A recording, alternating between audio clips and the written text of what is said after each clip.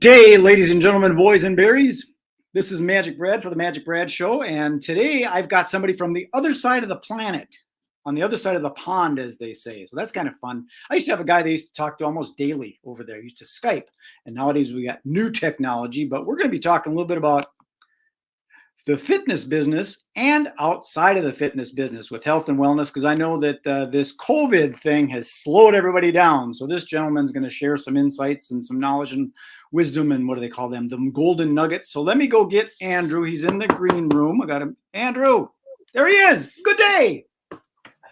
Hey, Brad. Hey, everyone. Lovely to see you. Thanks for having me on today. Yeah, absolutely. So how is it over there on the other side of the pond? It's not too bad today on the other side of the pond over here. I'm actually, at this moment in time, I'm back home on the Isle of Man. That's where I'm from. My nationality is Manx. That's M-A-N-X. So we're part of the UK, but when they want us to be, and we're very independent as well. So it's a little island smack bang in the middle of the Irish Sea. So it's a lovely place to be. That's cool. I didn't know about that kind of stuff. You learn something doing these video interviews like this. I always learn new stuff. I used to talk daily with Patrick over in Birmingham. Okay. And now you're off. So you're sort of off on a separate island. How big is the island? The island is let's say it's 30 miles long and about 13 miles wide. There's 85,000 residents, and if you were to put a dart in the map, we're right smack bang in the middle of the Irish Sea, so halfway between Dublin in Ireland and Liverpool in the northwest of the UK. And I think our nearest point, the Point of Ayr, is at the northern tip of the island, and that's about 18 miles from the southern tip of Scotland. So we've only got one mountain. It's called Snaefell. We were formed by the Vikings back in 979 AD. That's our football team over here, the Minnesota Vikings. There you go. That's very true. Yeah, they learned to play football at some stage of their lifespan. But when you're at the top of the mountain, we say you can see 7 kingdoms. You can see the kingdoms of England, Scotland, Ireland, Wales, the kingdom of Man, the Isle of Man, the kingdom of Neptune, the sea, and the kingdom of heaven. So they're the 7 kingdoms we can see on a good day. And today's not too bad, actually. I might have to come and visit. That sounds fun. So I don't do these interviews very long because people, takes, there's only 24 hours in a day, and I want people to be able to consume the whole thing and all the way to the end. But we're going to basically be talking a little bit about fitness business and growing the fitness business. But we're also going to be talking about some other things because you, like everybody else with this global pandemic, have had to innovate and get creative. So I'm sure you've got some things to share in that area. Absolutely. And yes, as you say, my primary focus has been for the past 10 years helping fitness business owners get traction in their business, be it with their marketing, be it with their management, but ultimately helping them grow and scale their businesses. Because you used to do this yourself, didn't you? Used to have your own? I did. From 2004 to 2011, I had my own fitness business back here on the Isle of Man, up to the stage of I built it up from one-on-one personal training, and quickly realized that, as you say, there's only so many hours in the day, and I had to leverage my time better.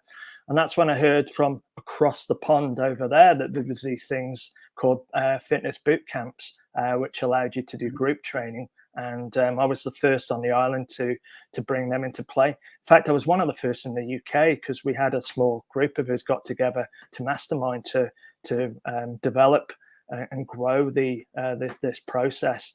But then fast forward 2011, I was invited to go over to Perth, Australia to manage the boot camps in Western Australia, which was a fantastic experience that I did for 3 years. And is this your website, the correct website right here? andrewwallace.me? That's it. That's it. Perfecto. This is how you get a hold of Andrew, folks. His name is Andrew Wallace with 2 L's, LIS.me. But not me. It's actually him. It's me. Well, I'm a big, my wife is a coach and I'm an advocate of a coach, because what happens when you got someone else that's interacting with you, you get out of your own mind.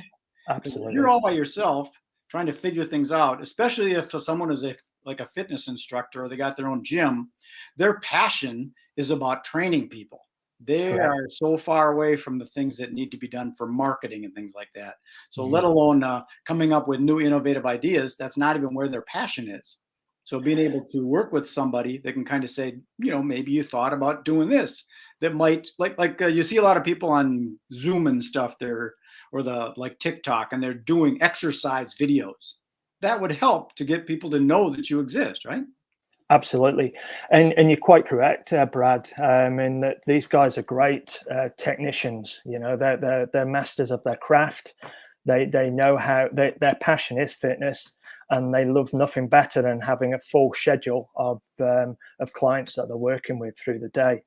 But in order for them to get those clients, you obviously have to be doing some marketing and some sales to build awareness. Generate some trust up to a certain extent that they're ready to raise their hands and say, hey, Brad, tell us more how we can work with you. So that's what a lot of the guys don't like doing, or they just feel that they don't have the time to do that because they're that busy in their business. So that's one of the first steps that I look to take with them, is getting all that noise and all that frustration and all that stress out of their head, and doing a brain dump to get everything down on paper that we can both then look at, and then we can start dissecting it and putting an action plan together to get them the traction, the support they may require, but certainly the points they need to tick off in order for them to move forward. Do you think a lot of this is sort of unlearning, old ways, maybe? Yeah, that's a good point. Absolutely. And I find that, yeah, that's a very good point, actually, because if I think through of clients I work with or have worked with, the most challenging clients that I've had to deal with, and that sounds terrible, but working with, is that the guys that who have been in the trenches for some time. They have those processes and steps ingrained, and we have to. They're holding tight, and you've got to relax, let go, and let's look at how we can overcome these challenges you have. Yeah, I had an event colleague over here that was real frustrated with her owner supervisor because he was buying radio commercials and putting all this money into the radio because that's what he knew and that's what they used to do. But nowadays you put that same kind of money into like Facebook ads or Google, AdSense and all that kind of stuff. Or even like a direct mail postcard mailing. That's going to disrupt people when they get stuff in the mailbox. It's going to be different than what a lot of people end up doing. So I think it's a lot of it is unlearning. And I go through the same thing. I'm in the event business, so everything I know is about events. Maybe there's something different that I can shift to. It's all about, well, as you know better than I do, Brad, it's all about testing, marketing, seeing what works, because what works for one person doesn't necessarily mean it's going to work for you. So you've got to look at things, see whether or not it's relevant to your target audience, and then test it with a small test to make sure that there is some traction with it, and then grow from there. You can scale it up. But I'm a big fan of a mixture of different strategies and tactics. And it pleased me when I saw one of your earlier episodes, I think it was with Bo, where you were talking about postcards and what I would term old school approaches, because I'm a big fan of them myself, and mixing them in with the newer age stuff like Facebook ads or TikTok and this, that, and the other. Well, I think what a lot of people do when they get into this internet stuff and they're trying to get views and or followers, and they're using words to get these followers, but are these followers really in alignment? And I talk a lot about it. I say, You can't sell hot dogs. Even the best marketer couldn't sell hamburgers and hot dogs to vegans and vegetarians. The alignment's not there. I don't care if you got 100,000 followers, if they're not aligned with the product. And I think, you know, something like fitness, they could be getting all sorts of views because they did some, you know, audience selection, and they're putting a lot of money into Facebook and they're getting all these views, but they might find out, you know what? It's not our market. That's it. And I've come across that many times where they've got so many people, so many followers, as you say. But when we dive in and investigate who those followers are, they're other personal trainers or other people that have jumped onto their feed to see what they're doing, to see if there's that magic bullet that they can use themselves to win the game of marketing. So they're not agent. So they're investing so much time into their marketing ventures to generate awareness, but it's completely missing the mark. It's hitting the wrong people because it's not their target audience, unfortunately. So that's key, as you say, knowing who your audience is and then delivering the right message to them that's going to resonate with them and encourage them to take action. And you know, over here there was always that you know, the personal trainer thing. I've got a personal trainer, and people got paid, you know, 4 digits to be a personal trainer of somebody, and then they realize that now I've only got one client because COVID or whatever, and they don't realize that maybe there's another way. And I think that is like that boot camp concept, where you could charge people $5,000 to go to a boot camp retreat. There's a lady that does yoga retreats down in I think it's like Cancun, Mexico, or Tulum. And she does big groups of people, so they're paying significantly more money, and you can leverage your time because we only got 24 hours in a day. Exactly. No, and certainly when I was in Australia, that was big, where we were looking at clients who were looking. If I take that back a step, when I'm working with clients, I'm always looking to find what they want. You know, just because somebody does it one way doesn't mean that you have to do the same thing. So it's finding out what you want out of life, finding your passion, and then building the business to support that passion. And with the retreats, for example, I had a client who was sick of running boot camps, sick of running the studio and the headache of having staff. And she just loved going to Bali, which is in Asia, which is similar to Cancun, I guess, where holistic retreats were becoming popular. And it was, you know, you got the wonderful beaches and the rainforest and the likes, and it was perfect for her mental positivity and so on. So we pivoted, and that became her business, where she would run these retreats so many times a year, and that her marketing was then focused on, you know, giving value to folks, but then almost as a PS, my next retreat is on given dates, and we're building her list and getting those followers who liked her message. She was able then to sell directly to her list each time these retreats came up.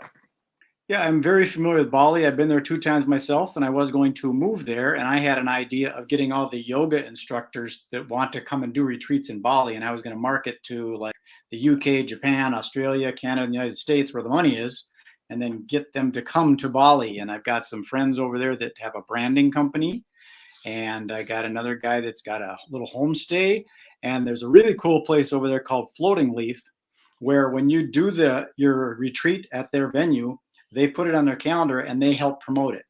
It's pretty cool. They've already got a list of retreat goers. Great. So it's a real sweet place to be able to.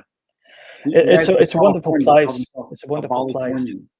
Yeah. Hey, you want to do that? It's a wonderful place, Bali. So I look forward to seeing that come into play. It's somewhere I certainly want to get to myself as well. It's the most peaceful place I've ever been, and I've been to places. Mm-hmm. It's very peaceful there. The only thing I didn't like was their dogs. You know, they got the stray dogs that bark at you and stuff, and that's kind of scary. But other than that, it's a beautiful place. Wow. Fantastic. And I was going to go live there, and then I decided to get married instead. Hey, well, you made the right decision, I'm sure. I think so. So Andrew, I don't like to do these too long, like I said, so I try and keep it down. It's about 15 minutes now, so maybe we spend the last 5 minutes. Is there ways that people can get a hold of you, maybe other than your website? Is there things that you offer? Do you have like a trial course? Because people, if they don't know who you are, they got to get to know you. So do you have like a taste sampler? Yeah, for sure. They can certainly get me on the socials if they do at Andrew Wallace HQ. So for headquarters, then they can find me on Facebook, LinkedIn, Instagram, and the likes. But if they go to my website, in the next couple of days, I'm actually putting up a little bit of a challenge on there it's going to be a 30 leads in 30 days challenge. So they'll be able to see that, and it'll be on my socials as well. That we're just putting the final bits together just as a bit of fun. But equally, there's a lot of good content that I've learned over the years, and there's a mix of the old school and the new school way. And it's actually a process I went through myself in the early days of I think 2 years into my boot camps. I needed to generate more leads. And I thought, hey, you know what? I'm going to try 30 leads in 30 days. Now, I hadn't had 30 leads at that stage in like 30 months, probably 30 weeks. So for 30 days was a challenge. But because I had that focus and I put together the steps, each of them 30 minutes in duration at the top end each day. Within the first few days, I'd got that 30. So it goes to show that if you have something set and you follow the plan, then that's when the magic can happen. So is it kind of like 30, 30, 30? You spend 30 minutes each day, and in 30 days you got 30 leads? Bang! Right? You've just got that. Yeah. 30, 30, 30. I had the 30 and 30. I'd missed the extra 30. So thank you on that. Yeah. There's so many cool ways. I had a real neat event marketing strategy because I do this trade show in March, and I would use other people's events. I would help promote other people's events for free because I would be advertising, and I get them into this funnel, this list that was a lot of little events that led up to my big event in March. And it was a real neat strategy. I was just doing ads for like $2 a day and just let them run until the next little meetup event. And I was getting a lot of leads every day. It was pretty cool. By the time I was done, it was like, I think I had 800 people at the expo. Fantastic. Cool.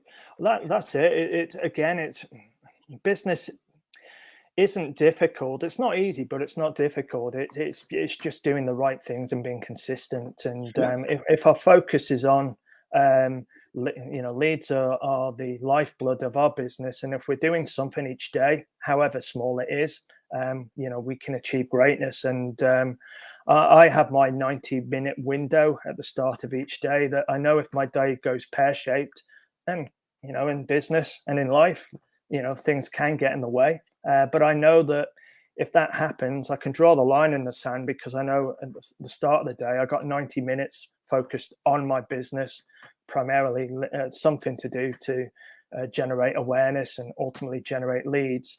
And my number one marketing strategy is to build my mailing list because that is my greatest asset. That if I grow that list and then I concentrate on delivering value, educating, entertaining those people on my list, that when it comes to promoting something, I'm not having to hard sell. I'm just telling a friend that I've got this latest product, course, event that I'm running. Would they like to learn more about it? And if they say yes, then they can have a look. And more often than not, then they're more open than to jumping in and taking part. So that's the approach I take, and it's what I recommend folks do as well. Don't overcomplicate and just be consistent. I'm big on simplification. That the KISS method, keep it super simple. Same here. I think that's the way to do it, because for me, it's like three things. You plant the seed, nurture the plant, harvest the fruit.